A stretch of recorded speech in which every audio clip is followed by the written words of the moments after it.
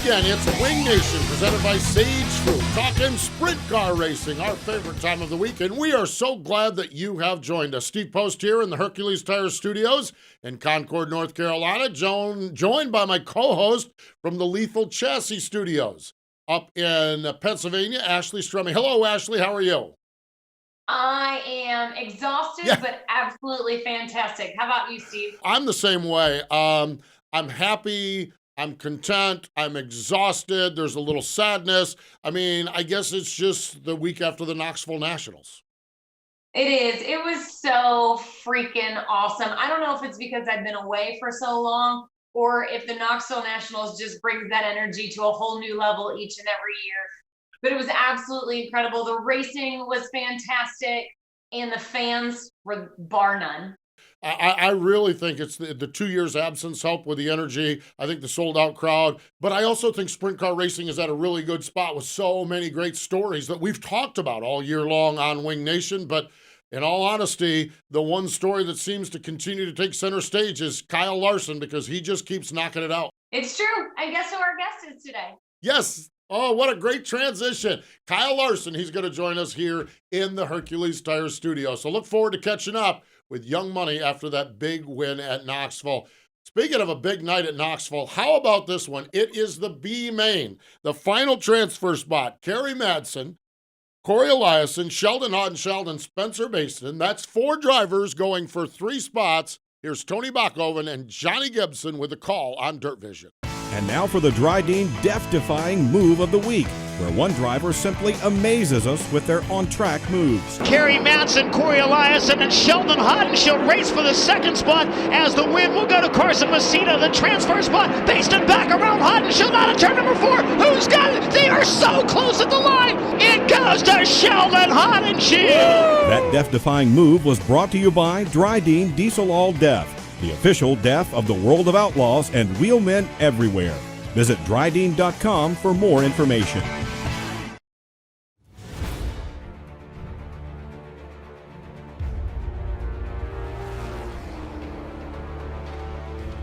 Pride.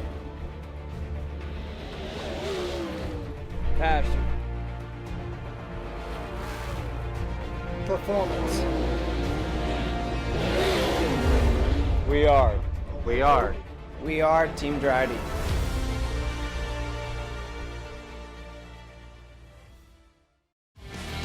Welcome back. It is Wing Nation presented by Sage Fruit. We're having a great time. We're kind of in that deflation period after the Knoxville Nationals. And joining us here in our Hercules Tire Studio is a guy that's probably not deflated at all, still probably pumped up. Kyle Larson joins us. Hey, man, how are you? I'm doing great. I bet you are. I bet you are.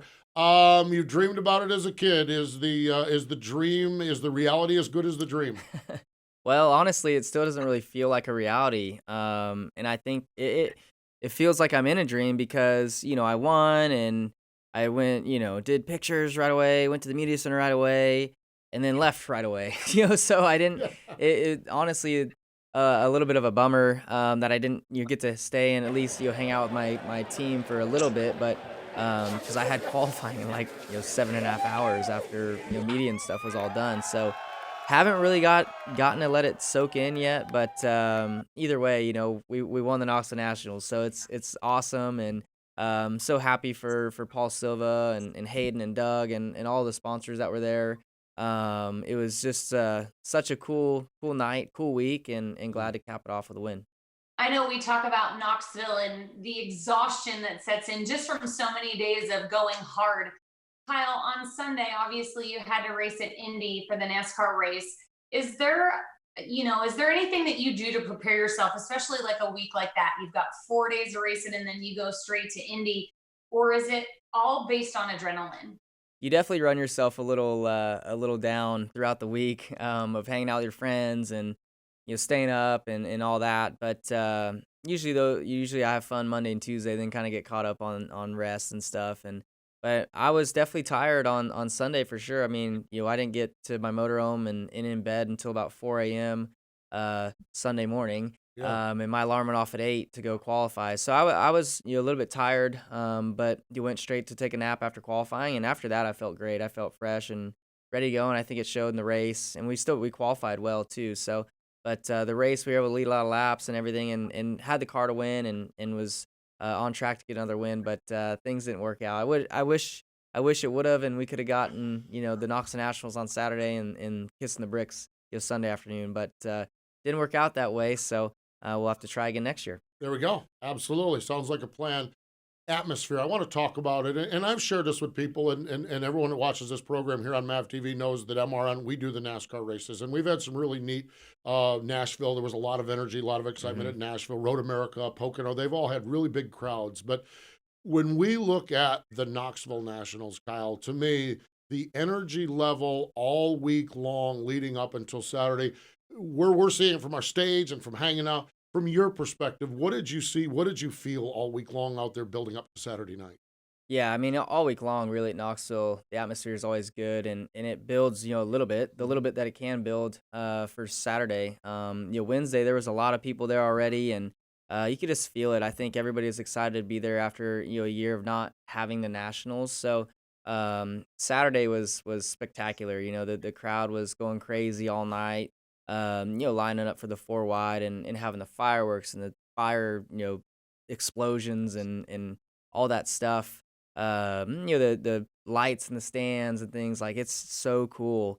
And there's really not another race that I think even comes close to it. I mean, really, probably think about it. I mean, the Indy 500 would be the only one that I've been to where when you're, getting ready for the race, I've only been there as a fan. It's like, dang, this is awesome. So, and I think, and I was, at Indy yesterday, so I was thinking, about that, and I was like, you know what? I think it's because the stands are just right on top of you, at both, Knoxville and Indy, and sellout crowds. It makes it so, really, really cool for sure. What was it like after winning the Knoxville Nationals on Sunday in the garage? And what did Mr. H and even Jeff Gordon, he was even at Knoxville for a day or two this week. Obviously really cool, to win the King's Royal was awesome. And then I went to, Loudon the next day, and walking down pit road and stuff, everybody's, stopping to, shake my hand or give me a fist bump or just say good job about winning this the King's Royal sprint car race, the night before. So I thought that was really cool. And then yesterday was that, but even, more so and better, because we had qualifying and walking through the fans and stuff. So a lot of the fans were congratulating me. So it made me feel really special that they were paying attention to it and felt the need to congratulate me. So, and then, having Jeff Gordon there and my crew chief Cliff Daniels there on Thursday for the prelim night was awesome. With the delays and stuff, they had to leave before the feature was actually over so they could get back to the plane to fly back here. But, at least having them come and show their support meant a lot to me. And next year we're going to have to plan a little bit better where they can actually hang out during the week and enjoy our time together.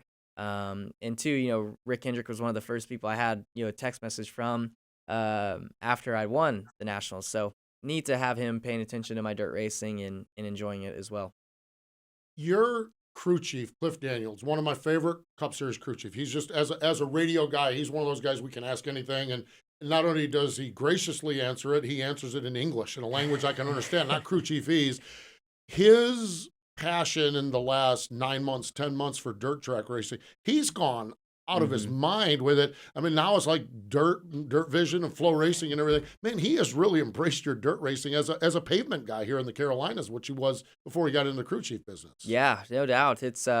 It's awesome to see. He watches more racing than I do, throughout the week. I'll get to the trailer or get to a team meeting with him or whatever. He'll be like, man, did you see so-and-so? Man, they got a good line going or this and that. I'm like, I didn't even watch it. So, no, it's cool to have him, invested so much in that, in his support for me means a lot too. So, and I think us just, talking about dirt racing helps build our chemistry and builds our relationship as well as all the other mechanics and stuff on my team. So we've got a great relationship, and I think it shows in results on Sundays. Yeah, no doubt. Results have been good on Sundays. That's for sure. 5 wins in the Cup Series this season at this point. Stay with us.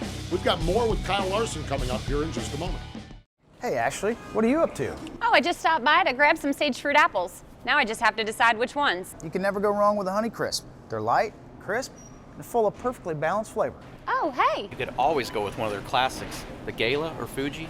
They're both sweet and juicy. Grown in the heart of Eastern Washington, Sage Fruit Company works hard on the farm and with their retail partners to provide high-quality apples and pears to consumers all year long. Well, I couldn't decide which ones. Thanks for the help, guys. I'll race you to checkout. Wing Nation continuing on. We're presented by Sage Fruit. We're in the Hercules Tire Studios. We usually do the Hercules Tire Hotline, but we got Kyle Larson right here with us. That's better yet. That is for sure. Kyle, I want to talk a little bit about driving Knoxville. Our seats every year, we move around every year. Wherever Kendra wants to put us, she puts us. She put us low in turn number 4 this year. And watching you run the berm, particularly on your prelim night, it looks absolutely violent. I mean, it does. What is it like to run the berm as fast and as good as you top drivers do at Knoxville? How violent is it in the car?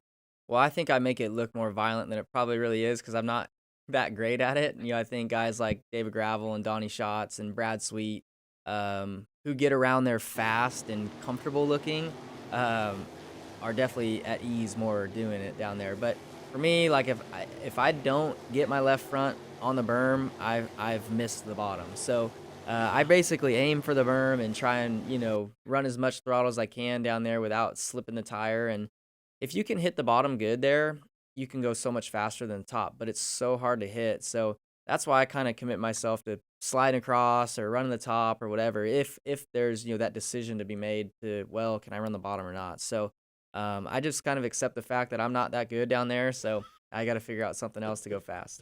Kyle, kind of a two-part question here. First question is, have you been able to watch the race after it's been over now? Yeah, I watched the highlights afterwards, and then the next day before I took my nap, I watched like the full kind of Dirt Vision replay or whatever, and yeah, it was good to watch that and kind of see how things happen and relive it through my head and see what other people were doing during the race, see how the wrecks happen, stuff like that. So, and too, get to listen to Johnny Gibson and do the 4 wide, see the fireworks again, and all that was really cool.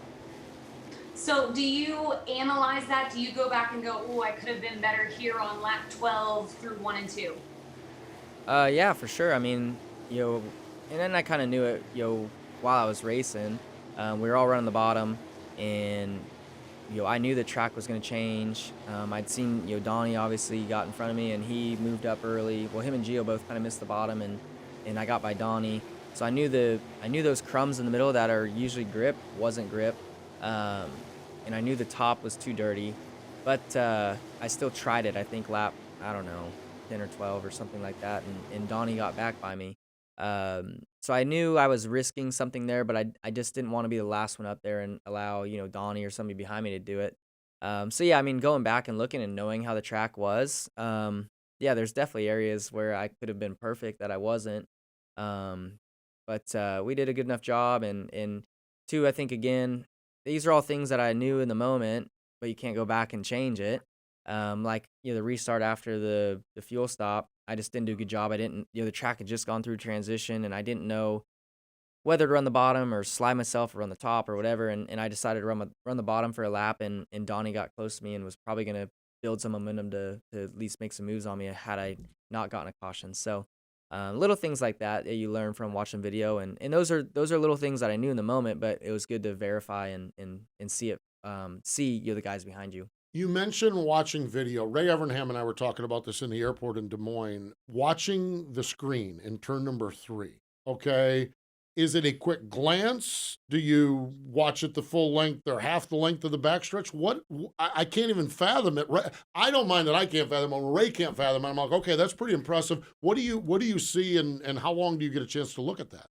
Well, you can look at it. I mean, basically, by the time you get on the backstretch, you can look at it. The clarity's not great, so that's the difficulty in that big screen. The Dirt Vision ones or the Chili Bowl one, just because the track's smaller and it's just in front of you. Those are way easier to look at. But Knoxville is way off in the distance, and the clarity's not very good on it. So it's really, you can just see like colors and stuff and cars, and you're trying to like piece together. Okay, is that this person behind me, or are they showing a battle further on in the back of the pack? But either way, you can get an idea of where people are running, what lines are running, and on restarts, especially, you know, if you go in there and slide yourself, usually they're showing the leaders on a restart. So you can go in there and slide yourself, and I can glance up and see, you know, how close Donnie is behind me, and if I need to slide myself again the next corner, or if I've got big enough gap that I can run the top. So I don't like big screens. I think they need to take them out of every dirt track because there shouldn't be spotters. There's no spotters in dirt racing for a reason. Right. And the big screen is like having a spotter. So it's definitely one. If there's ever a big screen at a racetrack, you can guarantee all the drivers are using it to their advantage, and I don't think it's good.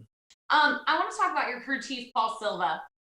He seems like a pretty low-key, laid-back guy. Was there any excitement that came out of Paul after winning the 60th Knoxville Nationals? Well, I didn't get to see him very much, so I don't know. He's not much of a drinker, but I guess he stayed up till about 4 a.m. In 3 and 4. So I don't know when the last time Paul Silva's wandered off to 3 and 4 after the races, but so he was definitely obviously excited. You know, it's a big win, and he loves money, and that was a lot of money. So no, it's cool. You know, he's finished second in every big sprint car race there is, you know, until this year. We were able to win the Kings Royal and now the Knoxville Nationals, and we finished second at the National Open last year. So hopefully someday we'll get the chance to race that again. But he works so hard and prepares such a great race team, and he does it, you know, without spending a bunch of money. I was reading the Outlaw article this morning, and it said, you know, there's a paragraph like, you know, talks about the open red, and it's like, interestingly, you know, Paul Silva did not change the left rear tire during the red flag, and while Donnie Schatz changed, you know, put 2 brand new tires on. So I was like, well, that's just Paul Silva, you know. He's just there's not a reason to spend money if you don't have to, and for us to get some really big wins this year, it feels great. What a year. I mean, Chili Bowl, we mentioned the 5 NASCAR Cup Series wins, Kings Royal, Prairie Dirt Classic with the late models. I know we're recording this early in the week. I guess you're headed to Indy for the BC 39. What other dirt track races? Are there a couple other marquee ones do you have coming up as we go forward? Yeah, I mean, I'd love to win the BC 39. Sure. I think that's turning into a crown jewel midget event. There's not really many of them, but I would say that's up there. And then I'll get to run the midweek World 100 next month. So we have some work to do to beat Brandon Overton there, but that would definitely be a big one to win, and I feel like we'll have a good shot. And I don't know what other ones there are really. There's some big paying races later in the year, and then obviously, you know, the Cup Championship, and to me winning the Bristol night race would be awesome. So I want to win every race I enter. You know, everybody asks like, well, what's next? I'm like, well, what's the next race on my calendar? I mean, that's the next one. But yeah, there's still a bunch of racing left to do, and I think I'm up to like 21 or 22 wins. So I'd like to, you know, creep up on mid-30s or something. Yeah, no doubt. Real quick, we're almost out of time. That Cup gig's went pretty good for you too this year. How do you feel as we're a week or two away from the playoffs now on that? You feeling pretty good about your chances over there as well? Yeah, I feel great. You know, the playoffs things always ramp up. And it gets interesting, but we've been so good all year long, especially here these last few months, and these last couple weeks. You know, I feel like we're back into that, you know, early midsummer form that we were in. We were, you know, finishing first or second for like 2 months straight. So yeah, I feel like we're hitting again at the right time. I'd like to go to Michigan this week and have a good run and really, you know, carry that momentum into the playoffs here in a couple weeks. So ready for it, and we'll see. It's tough though. Tough for sure. Great to watch. Appreciate you stopping by. Yep, thank you. Here we go. That's Kyle Larson, the Knoxville National. Wait a minute. King Kyle, the Knoxville Nationals champion, joining us here on Wing Nation. Stay with us. More in just a moment. Power isn't born. It's built over time. For over 65 years, Hercules Tires has been providing the muscle to move more drivers. Whatever the vehicle, whatever the terrain, and we back it with a powerful protection plan. So wherever the road or the trail takes you, we have the selection, value, and strength to get you there. Hercules Tires. Ride on our strength.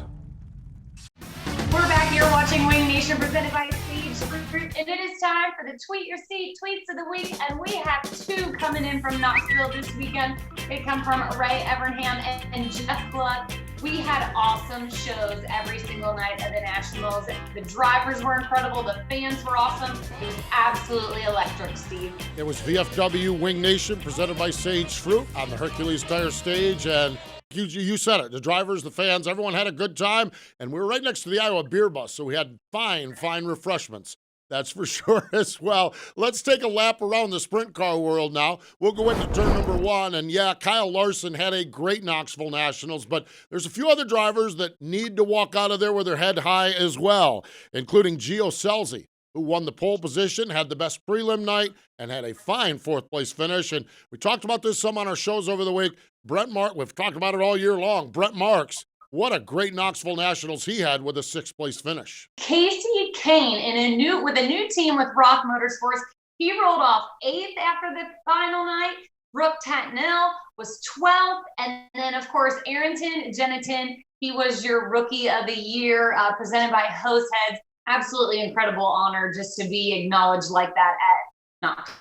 Absolutely. That's turn number one. Let's head to turn number two because there was other racing, and we are in the month of August. One of our favorite parts of the country is Western Pennsylvania, and it looks like one of our favorite drivers, Carl Bowser, is starting to heat up, Ashley. He's had 4 podiums in the last 4 races. Tri-City was second, sharing back-to-back, and then Lernerville with a third. So he has found something, and he is capitalizing on it. Turner's iced tea for everybody, that is for sure. Turn number 3 is the attention now focuses out west. We've had Pennsylvania Speed Week, Ohio Speedway, ASCS Speed Week. We've had, Pete Walton, USCS, they have multiple Speed Weeks, but it's California's turn. It is the fastest 5 days of motorsports out in the Golden State. Yeah, Wednesday, they start out at Placerville, Thursday, Merced, Friday to Ocean Speedway, Saturday to the Stockton Dirt Track, and Sunday they round it up at Petaluma. All part of the King of the West NARC Tour. That's going to be great stuff. That is turn number 3. Let's head to turn number 4. I am not a big fan of talking point standings, especially before the Knoxville Nationals, but, well, we might as well take a look at what's going on with the World of Outlaw NOS Energy Drink Sprint Cars, and 53 races have been completed. 14 times Brad Sweet has won, and that has him at